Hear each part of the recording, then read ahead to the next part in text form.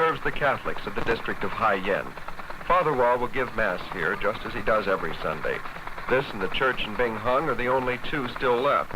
7 churches Father built were all burned down by the communists, but now all of them are being rebuilt. The religious aspect in this story is not as significant today as it was when Father first settled Binh Hung with his small band of Christians. It was their unity of belief and faith in their priest which made their defense and then later their offense so determined.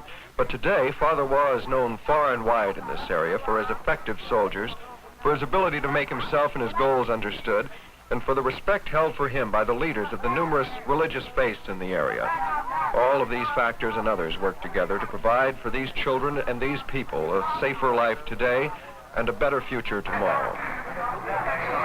This is the marketplace for the district of Hai Yen, and here the way of life brought to the area by the villagers of Binh Hung tells its most positive story. The shops are filled with goods, busy with customers. There is a free economy here, and Mr. Lee is taking advantage of it to haggle with the butcher over the price of some meat Mrs. Lee has told him to bring home. Mr. Lee and his son and all of the soldiers of Binh Hung are paid 1,200 piastres a month for their soldierly duties. The pay comes from the government of South Vietnam, which classifies them as home guard and pays that wage. It amounts to about $16 a month. With a regular wage, and as is often the case with 2 or 3 members of a family drawing soldiers' pay, prosperity can and does develop to the point where the proprietor of a tailor shop can afford to hire 5 tailors and equip them with brand new sewing machines.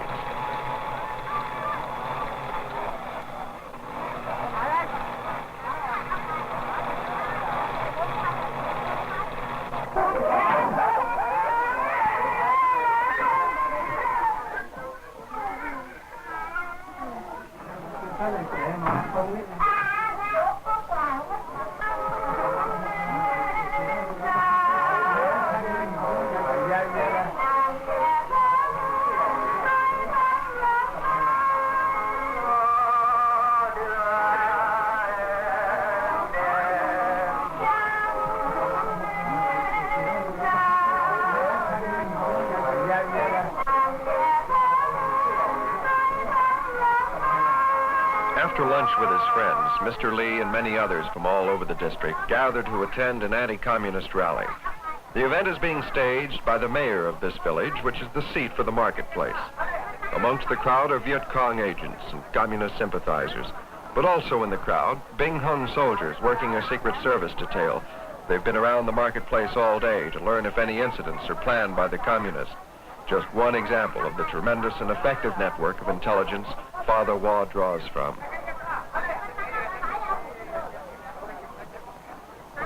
It is in rallies such as this where the battle for Vietnam can be won, in the minds of the peasant. It has been said that 80% of the war is propaganda, 20% fighting, and the communists have a long head start in the propaganda file. But even the minds of this enemy can be changed, and Father Hoa has proven it.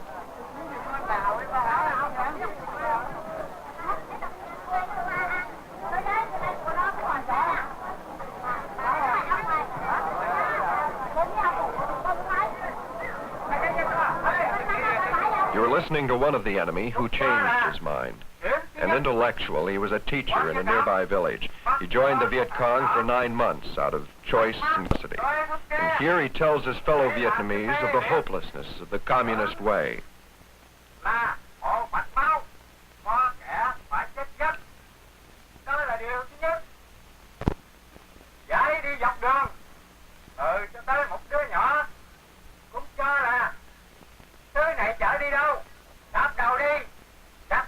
The teacher's defiance and anger grows as he tells of witnessing the torture execution of 2 Buddhist priests. And then to convince one and all that he has deserted the enemy, he rips the Viet Cong flag apart and throws it into the dirt, vowing his allegiance to liberty and crying, "I have returned. Communism can take my body now, but never again can it take my soul." Because of his speech, the teacher is probably not alive today. But as Father Hoa puts it, the teacher was no longer a man in the middle. His heart had to cry out.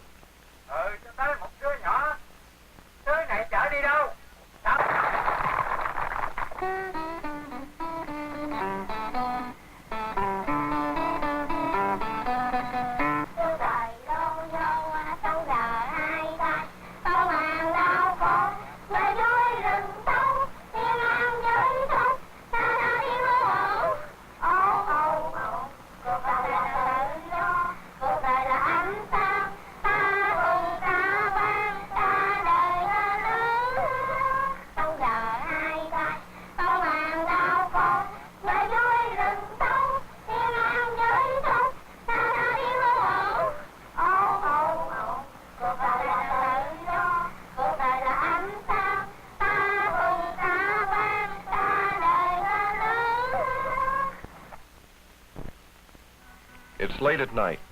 Father Hoa is in his house planning an offensive which will be launched within a few hours. This is a typical scene. The strong man with a gentle face and manner, plotting the course of war late into the night. Father Hoa averages only 3 hours of sleep a night, says he can't sleep anymore, but yet the demands on his mind and body are constant.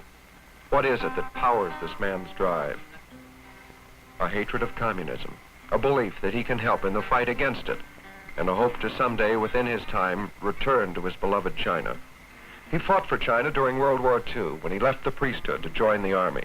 He went through a military school, became an officer, and led guerrillas against the Japanese. At war's end, he returned to the priesthood, but was imprisoned twice by the communists. Twice he escaped.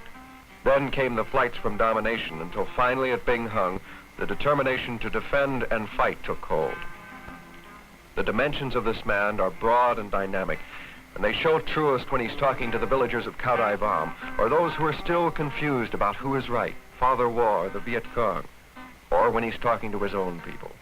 To anyone who needs help or guidance, Father Hoa communicates with understanding and warmth, and then acts with determination and wisdom.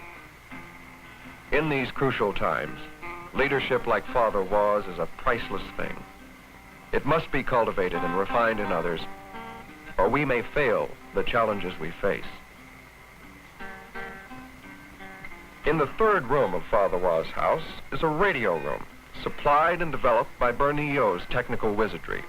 It provides contact with all government military units in the province capital at Camau, 100 miles north, and direct and private radio communications to Bernie Yo's Saigon office. So when Father is called to Saigon, he can keep in constant touch with Binh Hung, even direct military operations from there. The planning for the offensive will continue throughout the night. This man who here guides the life or death of his people is the same man who's gone heavily into debt to support them. And then he borrows almost $100,000 to build a large parochial school in Saigon with 1,200 students, all learning Vietnamese, Chinese, and English, thanks to Father Hoa. At his side, Bullet and Jesse, Doberman pinchers given him by an admirer from Texas. It's late. The dogs can't keep their eyes open any longer, but their master works on. The next morning, a staff meeting in the village's main building. Captain Quay, assigned to Binh Hung by the government and Father Hoa's field commander, outlines the plans for attack.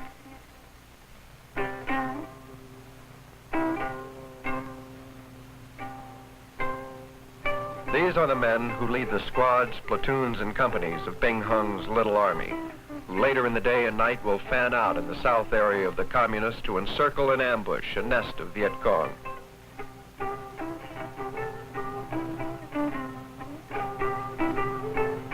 Outside, village troops begin to muster. Prepared to stay in the field as long as necessary, the men are supplied with Binh Hung sea rations, fresh bread from the bakery.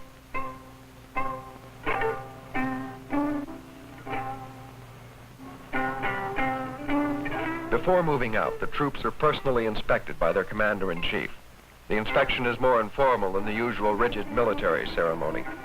As Father Hoa walks through the ranks, checking every man's equipment, a range of moods is spanned, from joking to serious attention to a grenade launcher. 2.5 years ago, the original fighting force of Binh Hung had no uniforms, no shoes, few weapons. As the success of the Binh Hung villagers progressed, Go Zing Zim, the president of Vietnam, began to step up aid to the more and better weapons.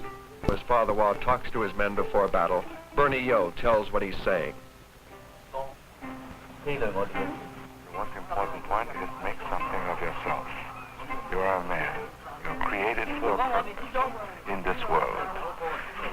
The world is temporary, but you have to make the best of it. Otherwise, you're just nothing, like dirt, like a grass. Is that what you want to be, or you want to be something worthwhile? Maybe not to be recorded in history, but at least to yourself, you know that your life has been a worthy one in this world. When a Binh Hung soldier is killed, at the funeral feast, every man in the village gives the widow 1 piastre, about 1/10 of a cent. Most of the village's war widows have remarried. Those who have not and have wanted to stay are supported by Father. That is, if they can't support themselves. The troops begin their trek into Viet Cong territory. These are the hardest moments for Father Hoa, when he must stay behind and give Captain Quay the final field instructions, and then watch as the last of his men disappear into an agonizing silence which will last for hours or days.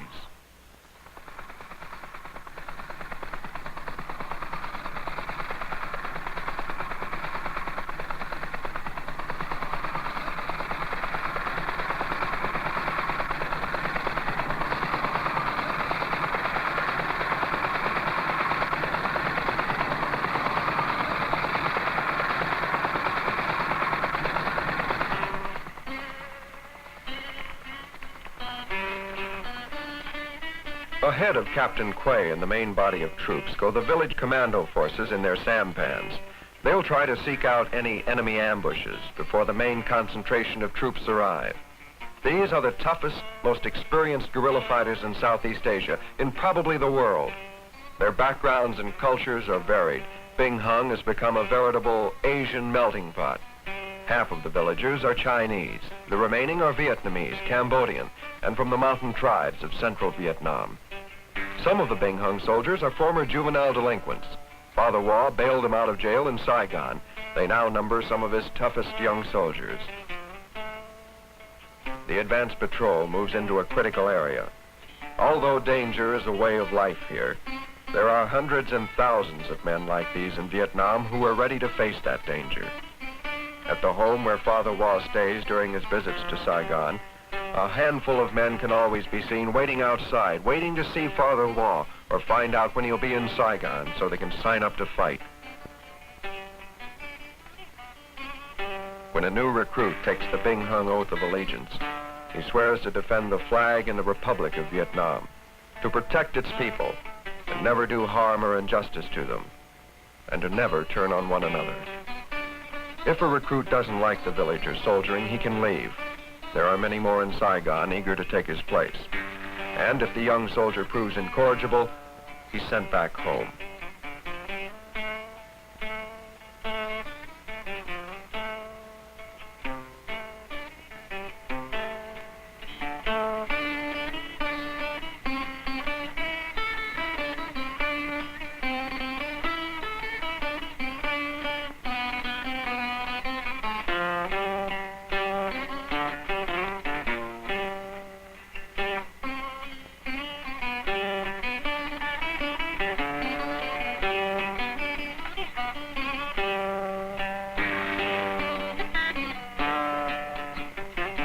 This is an ambush war. Ambush, the favorite tactic of the guerrilla soldier. A Viet Cong grenade explodes in front of the Binh Hung soldiers. They respond by charging into the enemy. To fall back would be fatal. Behind, undoubtedly, an ambush rear guard. So the best avenue to safety is to fight through the frontal attack. A firefight ensues.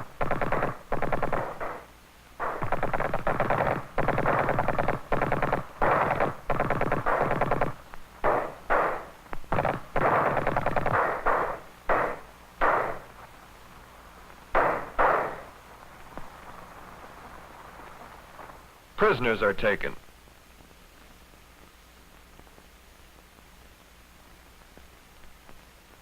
And then suddenly it's over. 15 Viet Cong dead, 2 prisoners taken. All of the Binh Hung patrol safe and accounted for.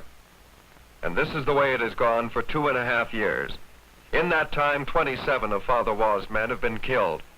None of them have been captured. Best estimates indicate that 1,000 Viet Cong have been killed.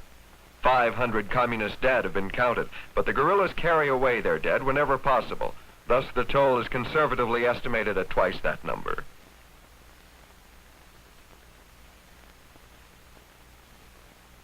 More guerrillas on both sides will be killed before this war is finished. Numbers may make the difference in who will survive the ambushes, but not necessarily in who will win the war. Much of the war can be won in this manner. One man talking to others. This is a battle for the minds of men. sáng, thiệt sáng. Nhưng mà quay ra ngoài này chúng tôi thấy dân cái đôi giặc. These are people in a village friendly to Father Hoa and Binh Hung, a village within that 90 square mile safe perimeter. People who are whittling self-defense stakes for theirs and other villages' protection, helping in the common effort. People determined, ready to die if necessary to defend a way of life. But just a few months or years ago, these villagers were like most of the others in Southeast Asia, susceptible to the communist line, agreeable to supporting it because of fear or their belief in it.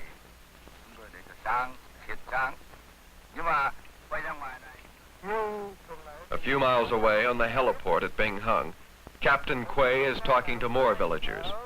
But these are the villagers who took up arms for communism because someone talked or scared them into it. This is a brainwashing session, a regular practice for the captured Viet Cong held prisoner at Binh Hung. Captain Quay is telling the prisoners of the failure of the communist life in North Vietnam, of the exodus of 1 million refugees from the north, of the misery for those who stayed behind. And as the simple peasant-turned-killer listens, he weighs the evidence.